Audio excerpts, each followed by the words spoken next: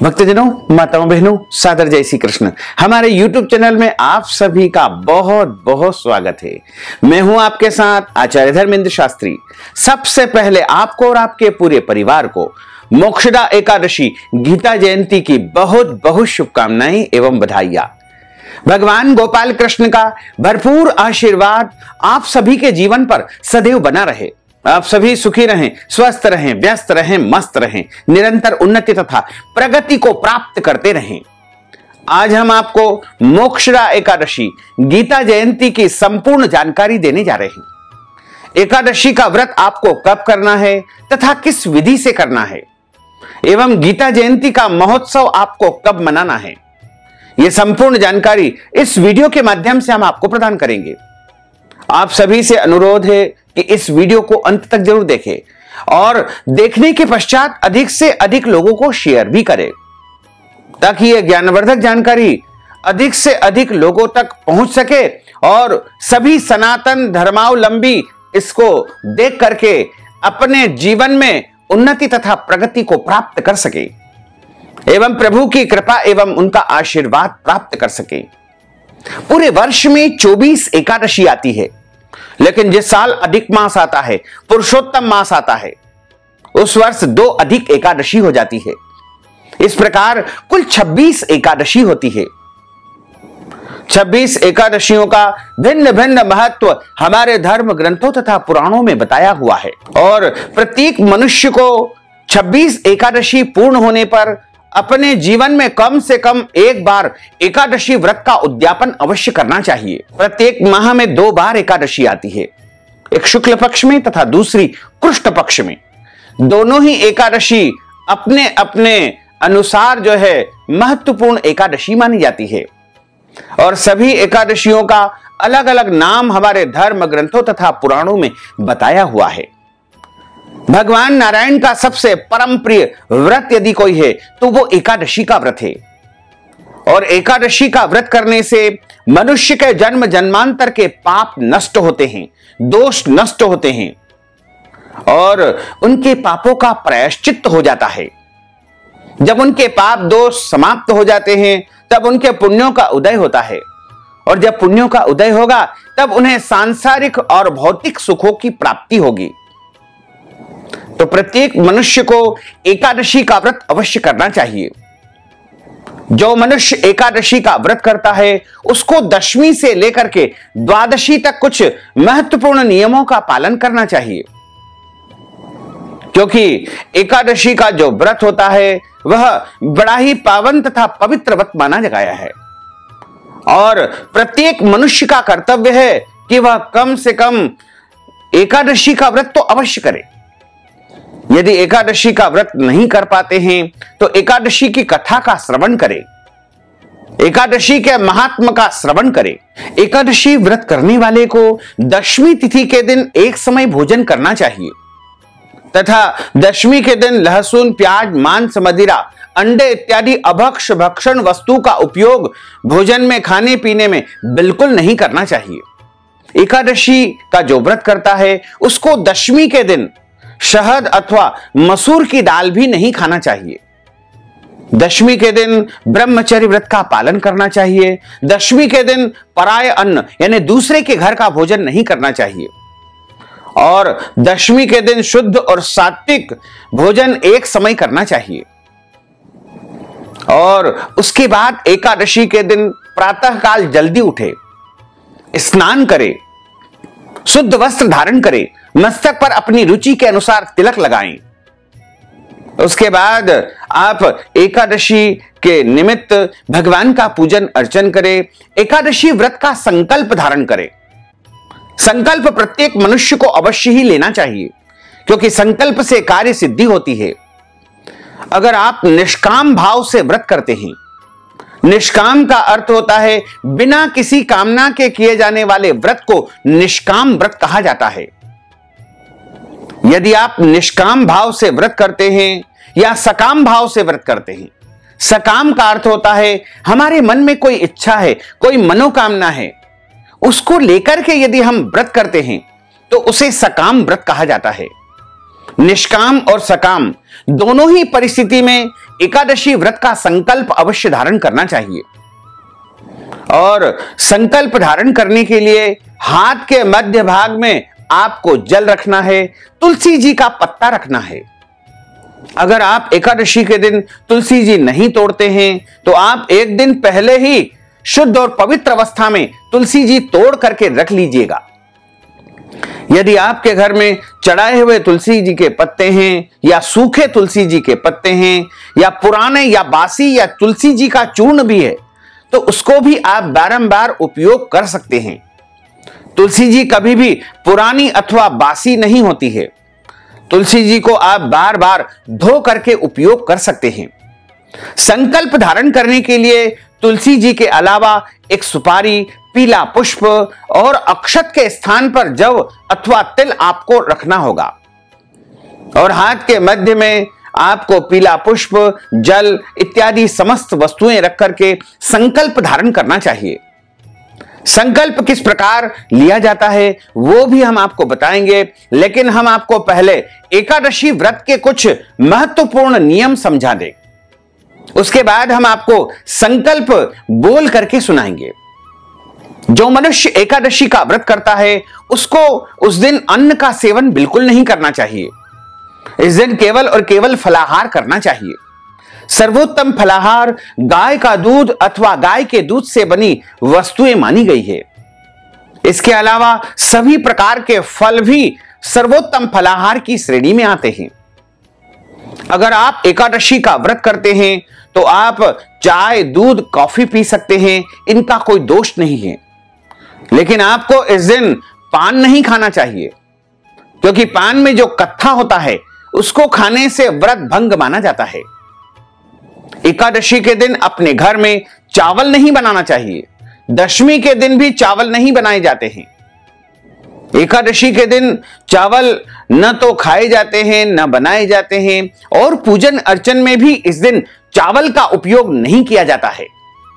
एकादशी के दिन लहसुन, प्याज, मांस, मदिरा, अभक्ष भक्षण का उपयोग बिल्कुल नहीं करना चाहिए। एकादशी के दिन ब्रह्मचर्य व्रत का पालन करना चाहिए। एकादशी के दिन क्रोध नहीं करना चाहिए, झूठ नहीं बोलना चाहिए, लड़ाई झगड़ा वाद विवाद बिल्कुल नहीं करना चाहिए। और अपने घर के जो बड़े बुजुर्ग होते हैं, माता पिता, सास ससुर या अन्य कोई भी वरिष्ठ जन हो, उनका दिल नहीं दुखाना चाहिए। एकादशी के दिन दाढ़ी, कटिंग, शेविंग नहीं करवाना चाहिए। शरीर के अंग के कोई भी बाल इस दिन काटना अथवा कटवाना वर्जित माना जाता है। एकादशी के दिन अगर आपके घर परिवार में जन्म अथवा मृत्यु का सूतक लग जाता है तो ऐसी परिस्थिति में आप व्रत तो कर सकते हैं, व्रत के सभी नियमों का भी पालन कर सकते हैं, लेकिन आपको इस दौरान जो है भगवान का स्पर्श और पूजन कार्य नहीं करना चाहिए। वैसे सूतक का जो विधान है वह जन्म का सूतक 10 दिन का माना जाता है और मृत्यु का सूतक भी 10 दिन का माना जाता है। लेकिन मृत्यु का सूतक चूंकि 13वीं होने के बाद जब देव दर्शन मंदिर के लिए जाते हैं उस समय समाप्त हो जाता है। हालांकि पुष्टि मार्गी वैष्णव परंपरा में 16 रात्रि का सूतक माना गया है। 16 रात्रि संपूर्ण होने के बाद 17वें दिन स्नान करके ही ठाकुर जी की सेवा तथा पूजा की जाती है। और अगर मासिक धर्म की अवस्था है तो ऐसी अवस्था में भी माताएं बहनें व्रत कर सकती है, व्रत के नियमों का भी पालन कर सकती है, लेकिन इस दौरान भगवान का स्पर्श तथा पूजन उनको नहीं करना चाहिए। और अगर कोई गर्भवती माताएं बहनें एकादशी का व्रत करना चाहती है तो वो भी एकादशी का व्रत अवश्य कर सकती है, लेकिन ध्यान रखें उनके पेट में एक बच्चा पल रहा है और बच्चा भगवान का स्वरूप होता है। उसका ध्यान रखते हुए अच्छी प्रकार से फलाहार करके वो व्रत धारण कर सकते हैं। अगर आपके शरीर में कोई बीमारी है, कोई व्याधि है, कोई रोग है, कोई कष्ट है और आपको प्रतिदिन कोई दवाई लेना होती है तो आप फलाहार करके कुछ फल इत्यादि खा पी करके दवाई ले सकते हैं। दवाई लेने में कोई दोष नहीं है। एकादशी के दिन जल भी पी सकते हैं, जल पीने का भी कोई दोष नहीं है। एकादशी के दिन वैसे तो दिन में नहीं सोना चाहिए, लेकिन आप चाहें तो हल्का विश्राम कर सकते हैं।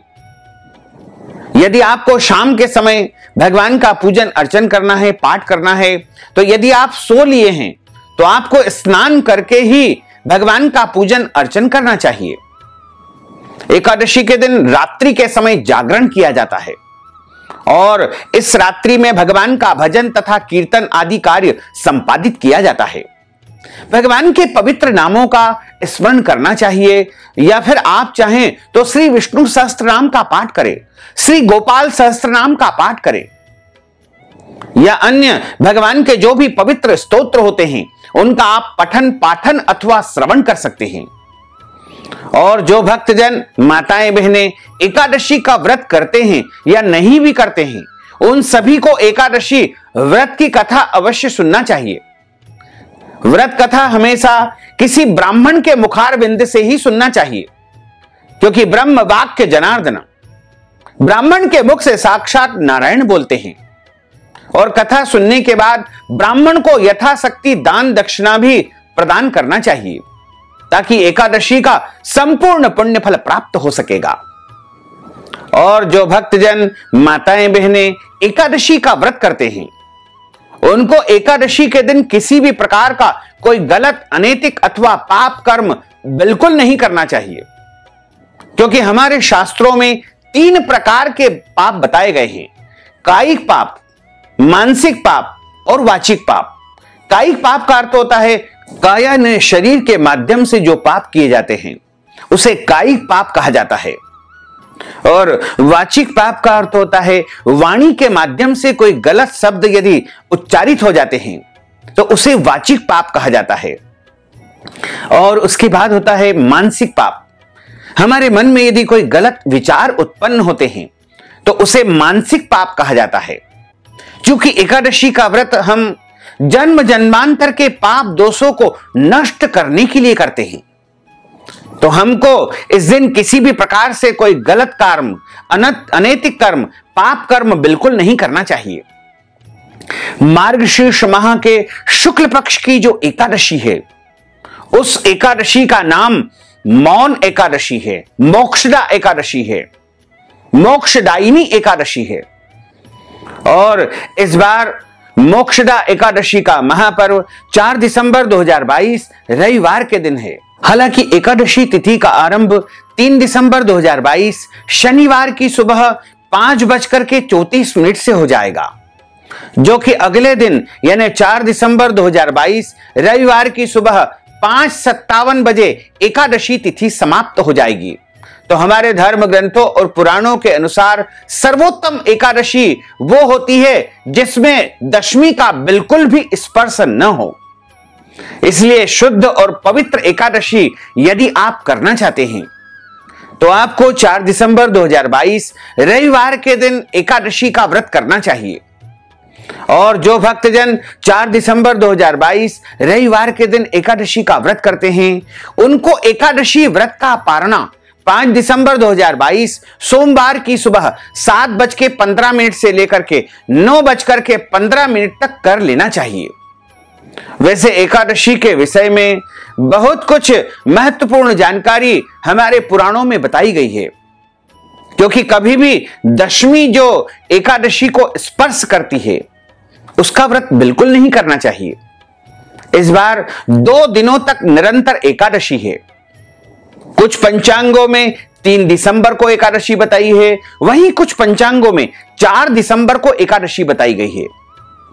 लेकिन शुद्ध और पवित्र एकादशी 4 दिसंबर 2022 रविवार के दिन है। और गीता जयंती का जो महापर्व है वो 3 दिसंबर 2022 शनिवार को ही मनाया जाएगा। वैसे तो आप चाहें तो 4 दिसंबर को भी गीता जयंती का महापर्व मना सकते हैं। एकादशी व्रत के विषय में विष्णु पंचक के नियम के अंतर्गत सभी वैष्णवों को यानी विष्णु के अवतार की भक्ति करने वाले प्रत्येक भक्त को चाहिए कि वह एकादशी का व्रत अवश्य करे। एकादशी 2 प्रकार की होती है, संपूर्णा विद्धा, जिस तिथि में केवल एकादशी ही होती है, अन्य किसी तिथि का मिश्रण नहीं होता है, उसे संपूर्ण एकादशी कहा जाता है। और उसके बाद विद्या एकादशी आती है। विद्या एकादशी के पुनः दो प्रकार बताए गए हैं, पूर्व विद्या, पराविद्या। पूर्व विद्या एकादशी उसे कहा जाता है जिसमें एकादशी के दिन अरुणोदय काल में यानी सूर्योदय के पहले 1 घंटा 36 मिनट के समय में यदि दशमी का नाम मात्र भी अंश रह गया है तो एक ऐसी एकादशी को पूर्व विद्या दोष से दोष युक्त होने के कारण वर्जित बताया गया है। यह एकादशी दैत्यों का बल बढ़ाने वाली है तथा पुण्यों का नाश करने वाली एकादशी बताई गई है। पद्म पुराण में वर्णन किया गया है कि वासरम दशमी विधम दैत्या नाम पुष्टिवर्धनम मदीयम नास्ति संदेह सत्यम सत्यम पितामह। अर्थात दशमी मिश्रित एकादशी दैत्यों का यानी राक्षसों का बल बढ़ाने वाली एकादशी बताई गई है, इसमें कोई भी संदेह नहीं है। उसके बाद आती है पराविद्या एकादशी। द्वादशी मिश्रित एकादशी को पराविद्या एकादशी कहते हैं। द्वादशी मिश्रिता ग्राह्य सर्वत्र एकादशी तिथि ही। द्वादशी मिश्रित एकादशी सर्वदा ही ग्रहण करने योग्य है, इसलिए समस्त भक्तों को चाहिए कि पराविद्या एकादशी का ही व्रत रखें। ऐसी एकादशी का पालन करने से भक्ति में वृद्धि होती है। दशमी मिश्रित एकादशी से तो पुण्य का क्षय होता है। एकादशी व्रत के विषय में पद्म पुराण में एक प्रसंग आता है कि जब भगवान वाराह और हिरण्याक्ष का युद्ध चल रहा था तब भगवान नारायण के बार बार प्रयास करने पर भी हिरण्याक्ष का वध नहीं हो पा रहा था। तब भगवान ब्रह्मा जी ने नारायण से पूछा कि हे प्रभु, यह असुर तो आपकी दृष्टि मात्र से ही मृत्यु को प्राप्त हो जाना चाहिए, लेकिन ऐसा क्यों नहीं हो पा रहा है? आप इसका वध क्यों नहीं कर पा रहे?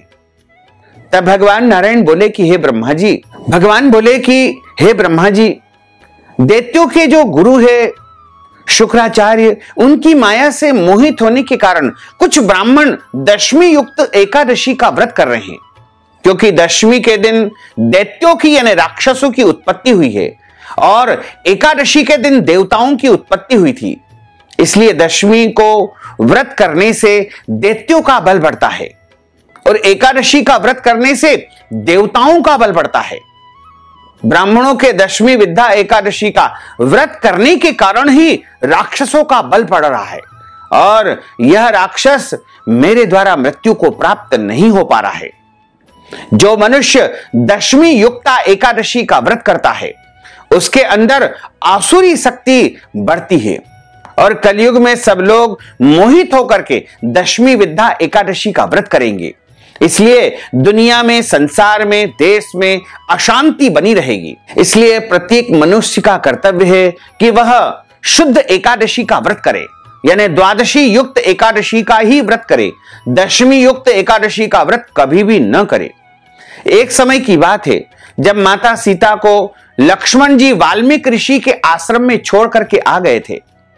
तब सीता जी ने वाल्मीकि ऋषि से पूछा था कि हे ऋषिवर, मैंने अपने जीवन में कभी भी कोई पाप कर्म नहीं किया, हमेशा पतिव्रता रही और पति की सेवा की, फिर भी मैंने अपने जीवन में इतने सारे कष्ट क्यों भोगे? तब वाल्मीकि जी ने माता सीता को जवाब दिया कि आपने कभी अपने पूर्व जन्म में दशमी विद्या एकादशी का व्रत किया था। उस दिन आपने भगवान की पूजा की थी, एकादशी का व्रत रखा था। उससे आपके पुण्य नहीं वरन आपके पाप बढ़े और उसी का परिणाम यह है कि आपको कष्ट झेलना पड़ा। हमारे पुराणों में लिखा हुआ है कि दशमी विद्या एकादशी का व्रत करने से धन, पुत्र आदि सांसारिक संपत्ति में कमी आती है। इनका इन्हें विनाश होने की जो है प्रबल संभावनाएं बनी रहती है। अशुद्ध आसुरी शक्ति को बढ़ाने वाली दशमी विद्या एकादशी बताई गई है। इसलिए इस दिन एकादशी का व्रत कदापि शास्त्र सम्मत नहीं बताया गया है। पुराणों में स्पष्ट मिलता है, पुराणों में स्पष्ट लिखा हुआ है कि अगर दशमी विद्या एकादशी हो, सूर्योदय के समय जो है दशमी का जो है वेद हो, तो ऐसी एकादशी का व्रत नहीं करना चाहिए। हमेशा यदि अगले दिन द्वादशी पूरे दिन हो और अंश मात्र भी एकादशी हो तो उस दिन एकादशी का व्रत करके त्रयोदशी के दिन व्रत का पारणा करना चाहिए। वही एकादशी सर्वोत्तम मानी गई है।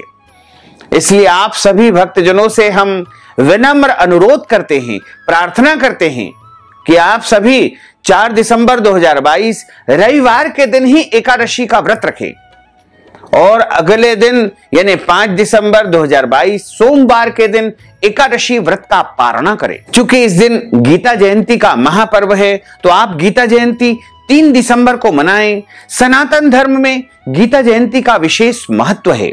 मार्गशीर्ष माह के शुक्ल पक्ष की एकादशी तिथि पर गीता जयंती मनाई जाती है। इस दिन मोक्षदा एकादशी होती है।